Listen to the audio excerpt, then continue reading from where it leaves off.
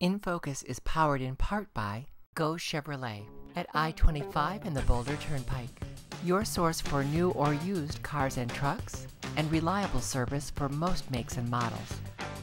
Just visit GoAutoChevrolet.com.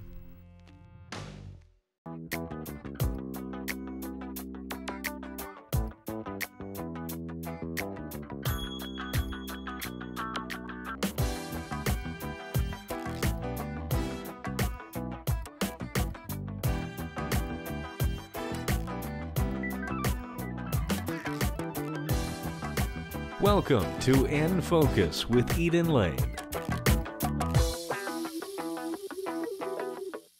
Later, we attend a special pre-release party at the Laundry on Lawrence for a brand new web series created right here in Colorado. After the Darklights tells a post-apocalyptic story, and we'll meet with the writer and director and producer of this new series. But first, we visit the two stars of Memphis on tour at the Buell Theatre. We met in the house during a special on-stage rehearsal.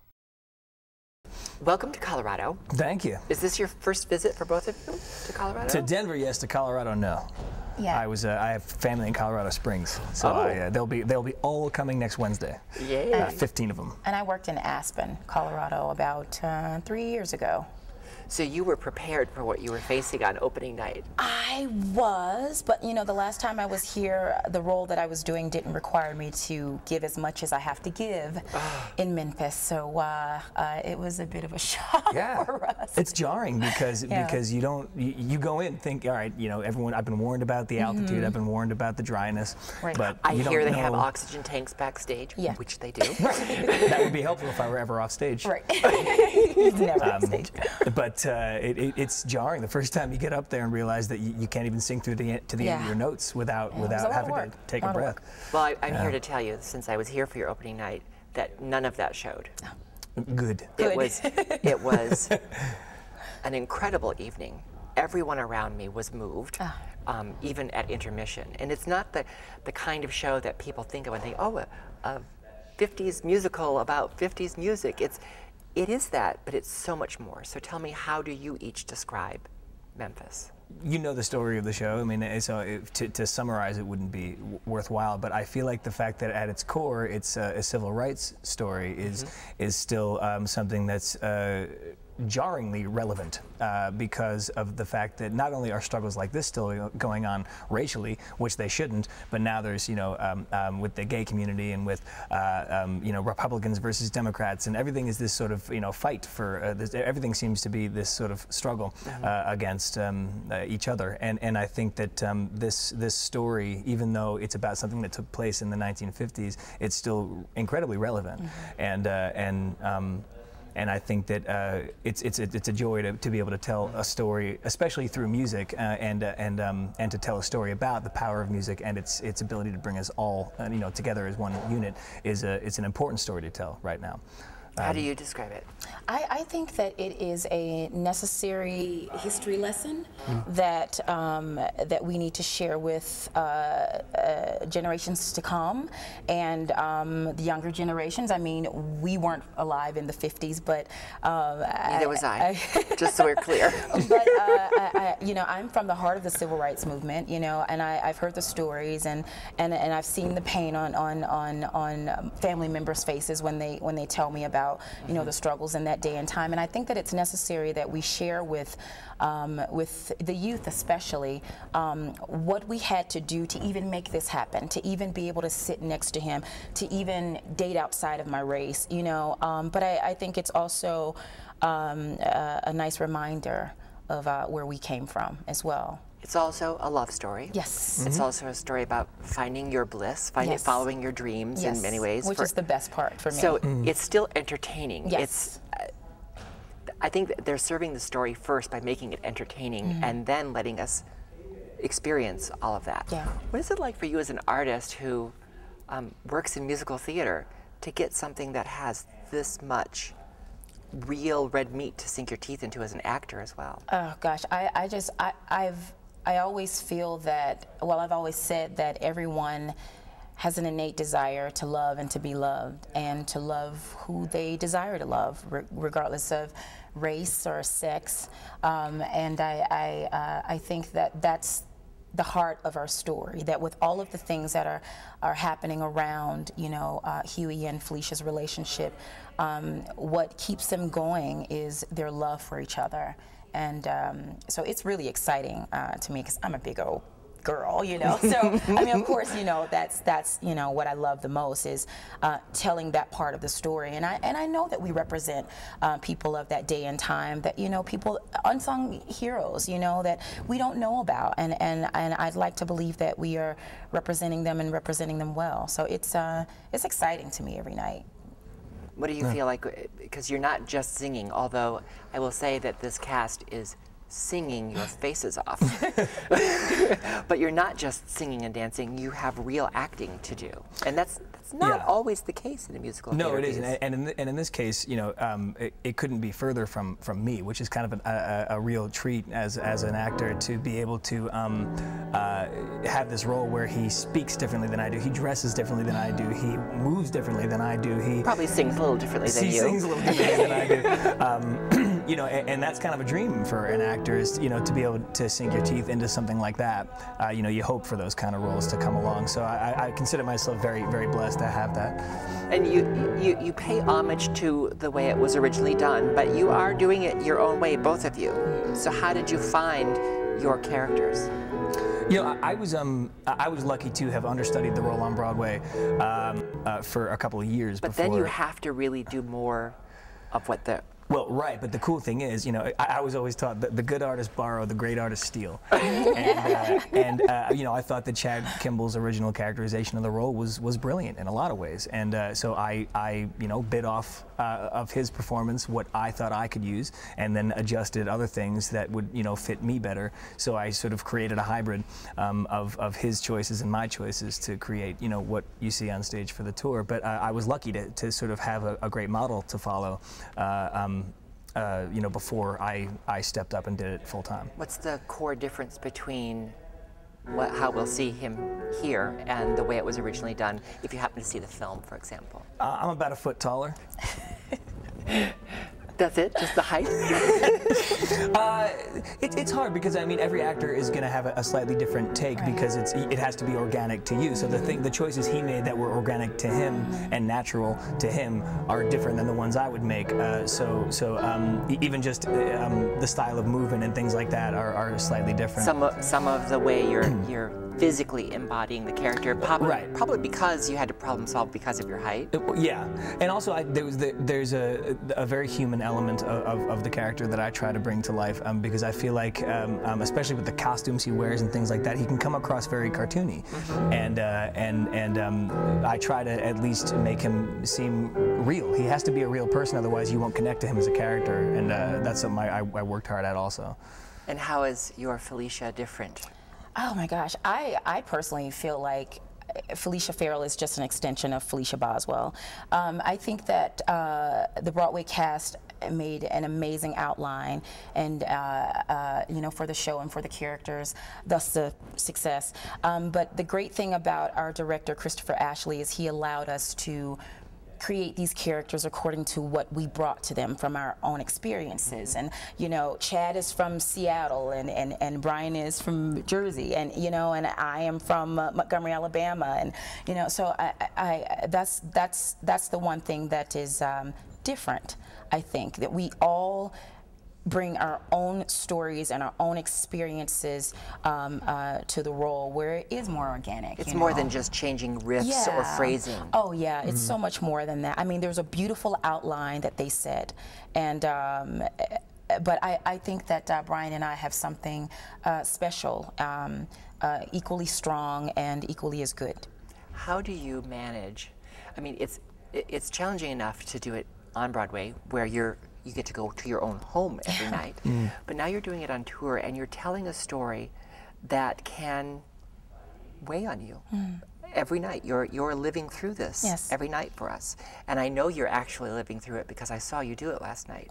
It's my life. It How literally do you do is my own life. I date outside of my race. I'm from the South, and even in 2012, it's still difficult for some people to see me walk down the street holding the hand of my Caucasian boyfriend. So there are so many parallels to this story and to Felicia Farrell, you know, with my own life. And it does weigh heavy. I mean, sometimes, and I've said to Bryan before, sometimes, you know, Bryan can say something differently on stage, and it affects me in such a way that I find myself wanting to cry when I'm like, this isn't the moment to cry. But the way he delivers something, sometimes it's so real. It's so real and it's organic that it moves me in a different way. So it does weigh heavy on you. So what are your tools for coping with that, especially while you're away from home? You have to know that what you're doing is a show, and you have to remind yourself of that, because, like you said, it is an extension of who you are, but the circumstances of the show are, you know, theoretically imaginary. So, you know, you have to find a way to let that roll off your back by the time you get home, because it can be emotionally exhausting. It's you hard. know, I mean, for instance, Huey, I mean, basically he's told no for hours. You know, you're sitting up there watching this guy get told no over and over and over again. And him saying, well, I'm going to do it anyway, which is liberating and freeing in a lot of ways, but also it sucks being told no constantly. Yep. And that's what I have to go through every night. And also, you know, Huey's story in this, it's not as happy as, you know, as other people's. You know, I don't want to give too much away, of course, but it is difficult to be sort of left in that place by the time I get out of the show. So I always, you know, usually when I go home, I go to like my little Zen place of lighting some incense and some candles and, you know, putting on some music and just sort of finding my center again, because it's difficult. Huey doesn't have much of a center. He's kind of a pinball. He just bounces back and forth between things. And I sort of have to find my you know, Zen place again. Otherwise I would lose my mind. Not to say that I'm not on the way to that, because I think it is. I think it's slipping out, but you know. This story doesn't have a traditional happy ending, but it does have. You do leave the theater feeling positive.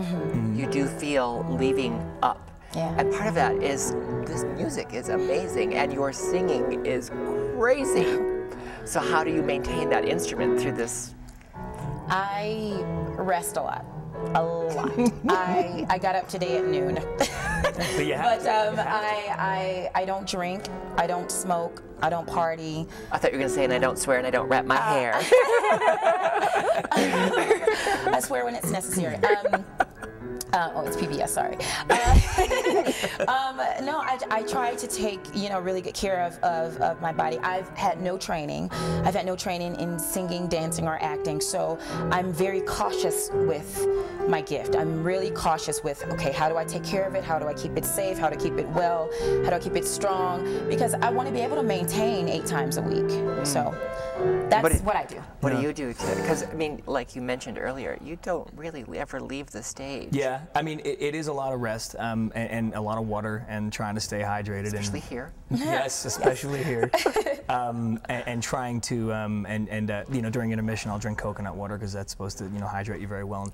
Thanks to me. Yes, thank you for that. And I get it with pineapple in it because that was your suggestion. Good boy. And it tastes a little bit less awful. So that's good too. But yeah, you know, for maintenance, it really is, you know, resting and taking care of yourself. You can't go out and drink with your friends. You can't go out and smoke with your friends because it's just you're doing damage, and it gets lonely. But you know, I was always told it's lonely at the top. So if I plan on being there, this entire cast must do that because they were working so hard. Yeah. The choreography is so strong, and they attacked it as if they were opening on Broadway, which is what a good tour does. Yeah. Thank you for bringing this to us, and thank you for interrupting your rest to come and talk to me today. Of course. I really am delighted that you're here. Thank you. Here's a brief preview of this Tony Award-winning musical now at the Buell Theatre.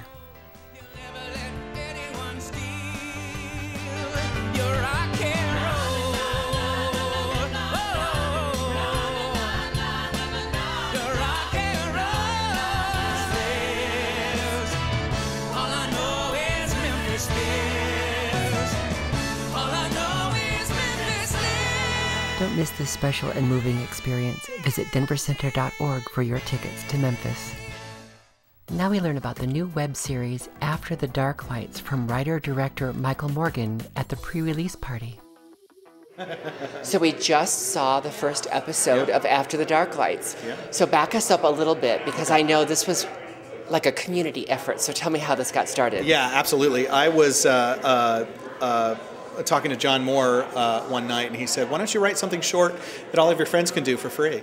And I said, Free being for free, for a key word, yeah, there, for any filmmaker. Well, these days too, you can do stuff for a lot less than you used to be able to do it. So I went back, and about a week later, I just kind of off the cuff wrote this thing. I was watching The Walking Dead, and stuff like that, and it just kind of this idea got into my brain, and I wrote a couple of episodes in the first couple of nights and sent them off to Emily Peyton Davies and Josh Hartwell and a couple of other people, and said I might just shoot this on my iPhone, just us on a weekend, on a night here and there. What do you think? Would you be interested in being involved? Was it originally designed just to be so you'd have the exercise of producing something and seeing it come up on a screen? Yeah, I think it was more just to get it done. So often I think writers spend so much time writing and not enough time producing because it's so expensive. It's so hard to pull the resources.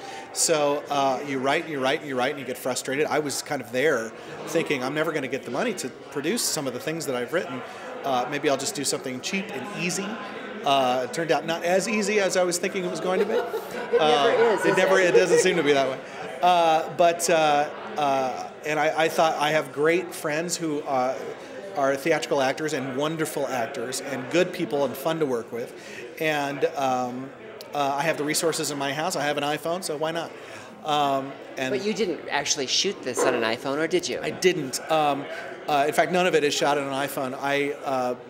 When I met Brian Landis-Folkens, who I called to be in it, it's a very small part, but he wrote me an email back saying, "Hey, do you need a producer?" And I said, please. And suddenly we had a crew, and we had equipment, and we had all of these things. Our director of photography, Jack Castellano, actually used his camera, and he shot it himself. And there were a few things that I went in and did a couple of reshoots and was shooting as a second camera on my Panasonic GH2, which is just a still camera, but shoots great video. And we combined the two, and I think the both cameras have such a great look to them. It turned out really, really nicely, So this is actually just the very beginning of a series. So tell us what this story is without giving away too much. It's sort of zombie-esque, but not exactly. Zombie-esque, yeah. We're not calling them. We got into the habit of calling them zombies and calling it a zombie series, but they're not precisely zombies. We'll find out why later on as the series progresses. But essentially, what happens is. Suddenly, from out of nowhere, this weird celestial event happens, and it's kind of like lightning, but there are all of these multicolored strobing lights that start on the other side of the world from where we are, and just kind of move around as darkness kind of wraps around. So everywhere night is, these lights appear, and they cause tremendous changes to not only the people who actually look at them, but to the atmosphere.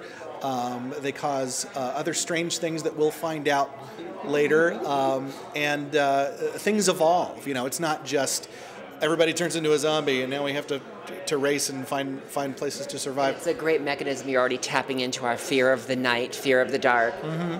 Mm-hmm. And there are specific things that I wanted to write out. I wanted to write out as much gunfire as possible because guns are hard, especially if you're shooting on a budget.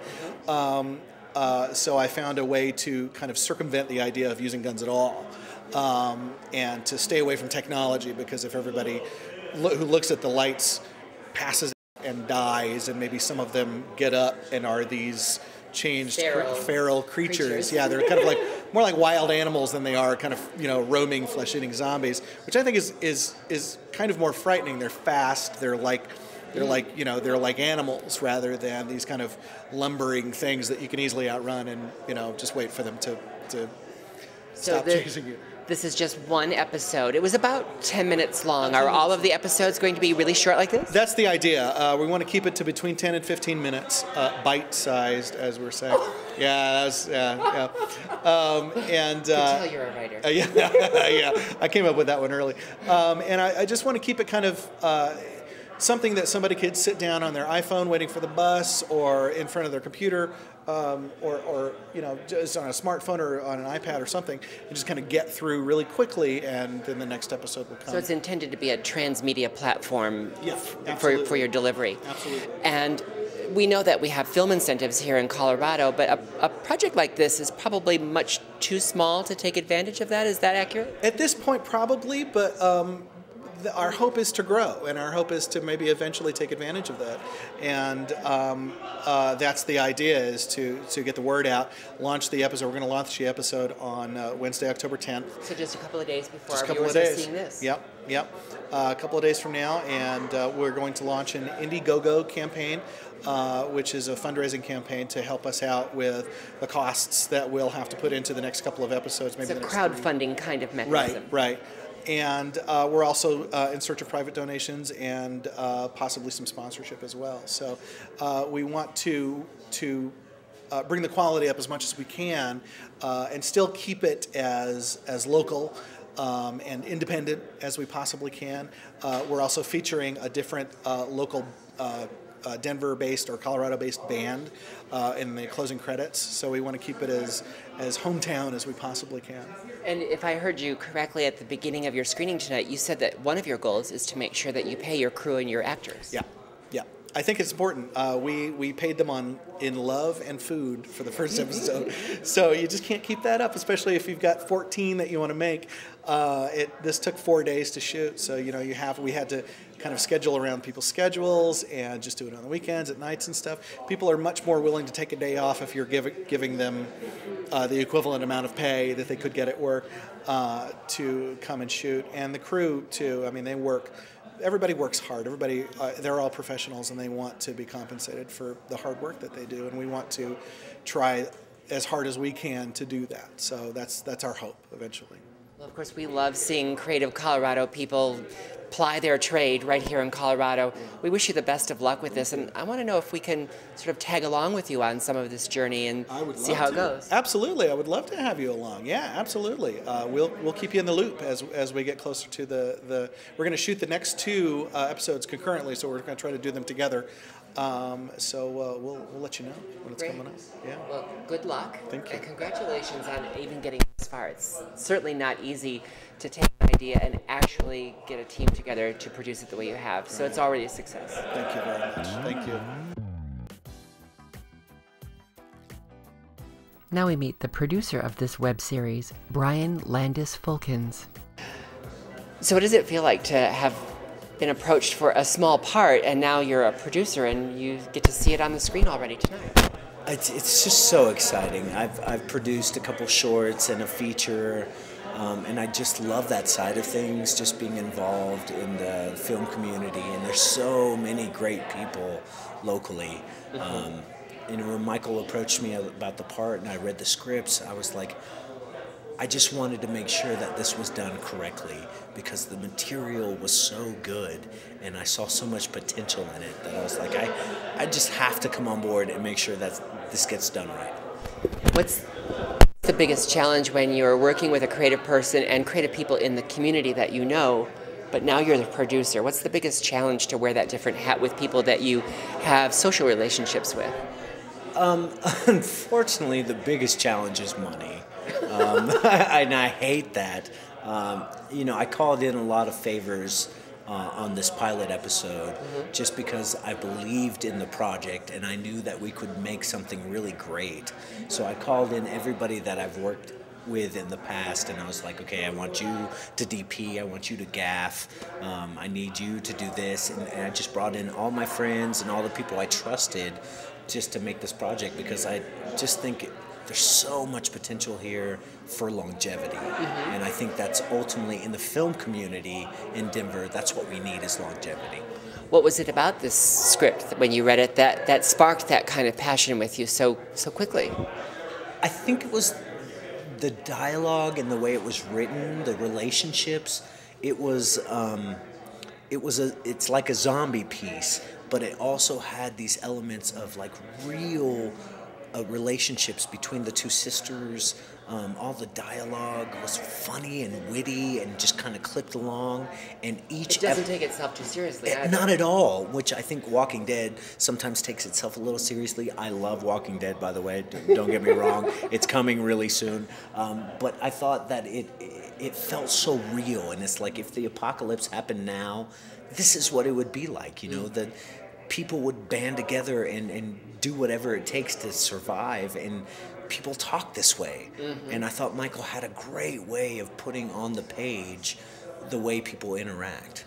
So our viewers are theater goers and film lovers and support the arts here in Colorado. So they'll recognize a lot of the faces they see here beyond Kirk Montgomery. They'll recognize a lot of the actors because we see you on stages. How does that community overlap with the filmmaking community that you're part of both of them? I thought, and I thought it was great, and Michael had already cast some of the roles as theater folks, and I was like, you know, let's stick with that, because there are amazing theater talent in this community, and I thought if we brought in theater folks, maybe, you know, we've had a lot of theater shut down recently, and I thought if we can make our own work here, we can prove that we can sustain a living in Denver doing what we love. And ultimately, I just wanted to bring all my friends that I've worked with and all these amazing actors locally, and let's just do something. Let's just create something for ourselves. It's almost like a Mickey Rooney, Judy Garland zombie project. Absolutely. Well, best of luck to you and your team. We're going to be following you along to see how it goes, and I'm so glad we were here tonight for your sneak preview. So glad you guys came, and thank you so much, and keep watching after the Darklights. To stay up to date and find out how you can support this local production, visit afterthedarklights.com. And we hope you join us at our webpage, infocustv.org. That's all for this edition. Remember to join us on Facebook and Twitter. With all that Colorado has to offer, we're here to help you keep it in focus.